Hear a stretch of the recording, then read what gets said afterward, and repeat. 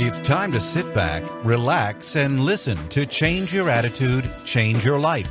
Change Your Attitude, Change Your Life will inspire, motivate, and empower you. Live your best life now. Listen, learn, think, and decide. Change your attitude, change your life. And now, here's your host, Joan Herman.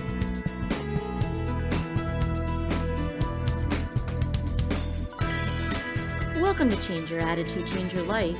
You're listening to us in your neighborhood from coast to coast and around the world. Thanks for tuning in. I'm Joan Herman, author, speaker, and your host.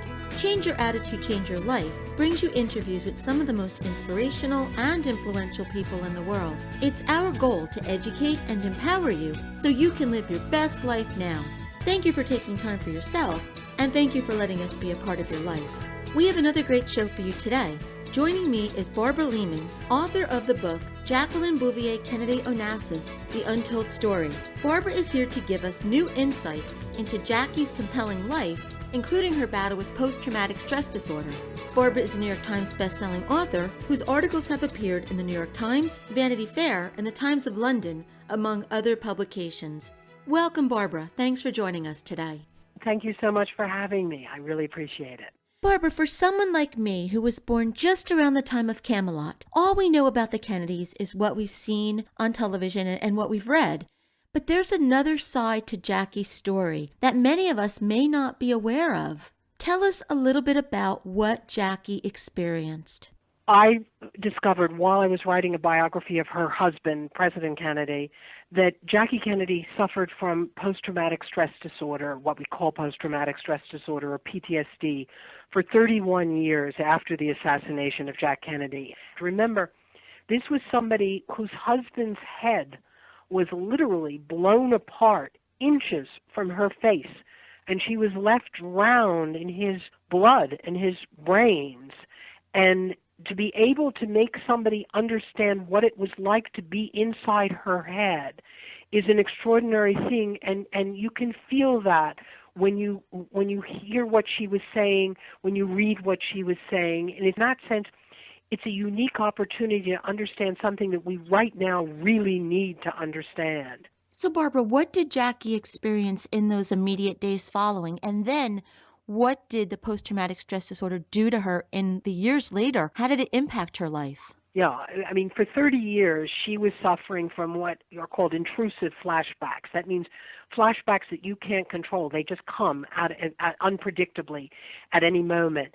And one of the things that I realized in listening to her is that a flashback for someone who has PTSD is not remembering. It's not a memory in the way that you and I remember Christmas last year or something. It is something that is actually happening to the person again, so that when Jackie would have a flashback, she would literally be back in that car in Dallas again. She would smell the blood. She would see the head exploding.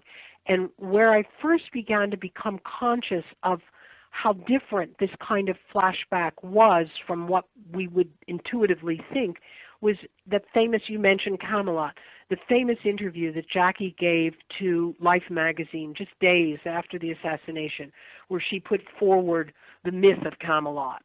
And the reporter who did the interview with her, a man called Teddy White, left behind a series of notes about that interview, things that he didn't publish. And in those notes, he said something that's much more important than the Camelot myth. He said when what he called the blood scene, when the blood scene kept taking her over during their interview, he realized that she wasn't talking to him. She wasn't even in the room with him. He didn't understand what was going on because until 1980, there was no such thing as a diagnosis of PTSD. It was only after the Vietnam vets came back and this diagnosis was actually formulated in 1980 that anybody had any idea what was going on. He didn't know what was happening, but he knew that what he was seeing when Jackie was talking about being in that car was not what he had seen with anybody else. I mean, she was there in the car. And in addition to that, I would hear from her friends who were in the aftermath of the assassination, they would say, it was terrible listening. I remember one friend saying it was literally making her sick because endlessly Jackie was repeating the stories and saying, this was the color of his brain and the ridges in his brain, and this is what it felt like to have pieces of his head in my hand. And she said, this was making me physically sick. But it wasn't just the gory details that were making her sick. It was the sense that when this was happening to Jackie, she wasn't there with you, and so you couldn't help her. You couldn't reach her. She was someplace else. And the other thing that was terrible for her was that she suffered, like many of the soldiers do, from what you call survivor's guilt. She couldn't understand why she had survived and Jack had not, and she was overwhelmed with a sense that she should have been able to save him. She would endlessly go over things saying, if only I had turned my head a second earlier, if only I had recognized that it was not a backfire from the motorcycle of one of the policemen, but a gunshot, I could have saved him. Well, of course she couldn't have saved him.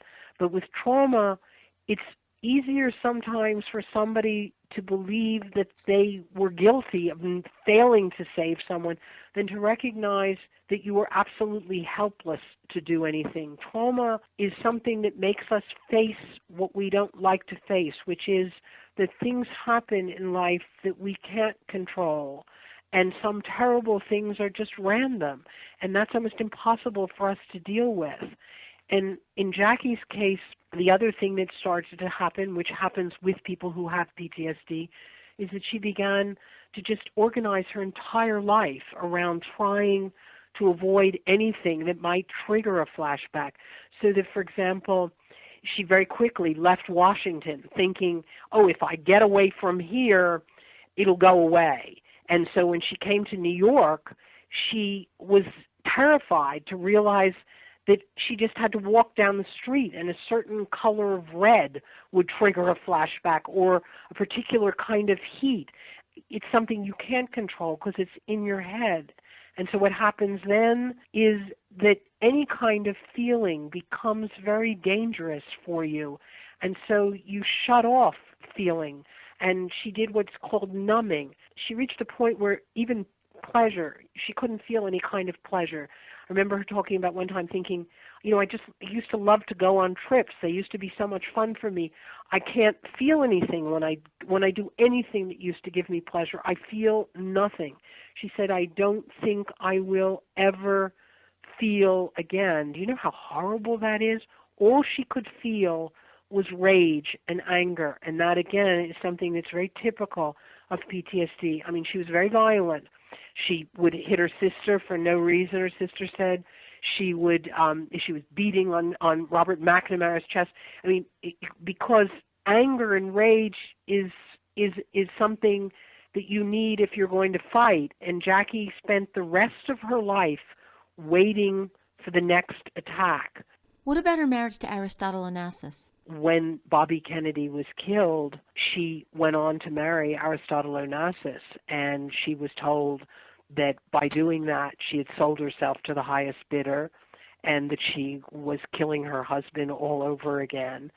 And, of course, that wasn't at all what was going on. It was just making it 100% worse for her and also right in that period just before she married Onassis, she wrote an extraordinary letter to a man called Joe Alsop, who was a journalist and a longtime friend of hers. And she said to him, I will never love anyone again. I will never allow myself to care for anyone again. She was marrying Onassis for one reason and one reason only. She was looking for as much safety for her children and for herself as she could possibly find. And this was a man who was one of the richest men in the world. He had his own airlines. He had his own island. He had his own security force. He had as much money and influence and power as anybody had, and she was hoping that maybe he could protect her. And in the end, of course, he couldn't. No one can protect you, and certainly no one could protect her from what was going on inside her head. And to think that at that moment we were all saying she was selling herself to the highest bidder, I mean, it just horrifies me now to think about it. But I think one of the things that's very important about Jackie's story is that we understand how society reacts to trauma. Very often we turn on the victim, because when we see President Kennedy being killed, it's a reminder that's almost unbearable to people that we have so little control over our lives. If he, with all the protection he had, could be assassinated like that, we have no control ultimately over what happens. Random, horrible things happen. And Jackie, as the victim, became a reminder to the country of all of the violence of the 60s. And so we turned on her, and it's a horrible, horrible, horrible thing that happened to her, and yet she survived.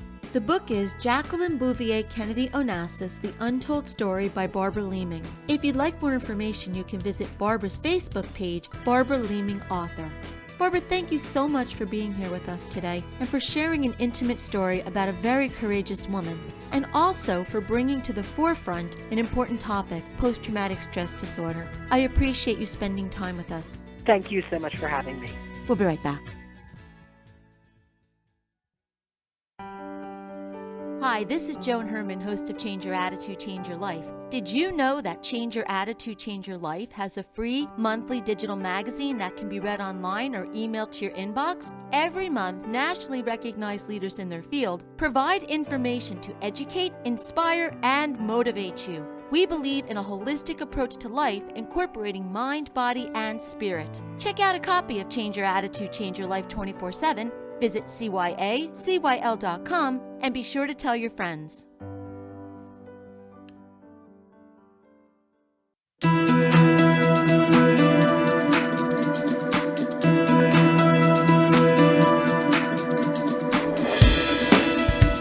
Thank you for joining us today. We hope you found the show informative. At Change Your Attitude, Change Your Life, we believe that knowledge is power.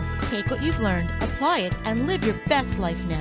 Remember that the information provided are the opinions of our guests and should never replace the advice of a professional who knows your personal situation. If you'd like more information, visit our website, cyacyl.com. That stands for Change Your Attitude, Change Your Life. While on the site, listen to past shows on demand, read the digital magazine, take part in the book club, and be sure to follow the show on Facebook and Twitter. Until next time, this is Joan Herman. Thanks for tuning in.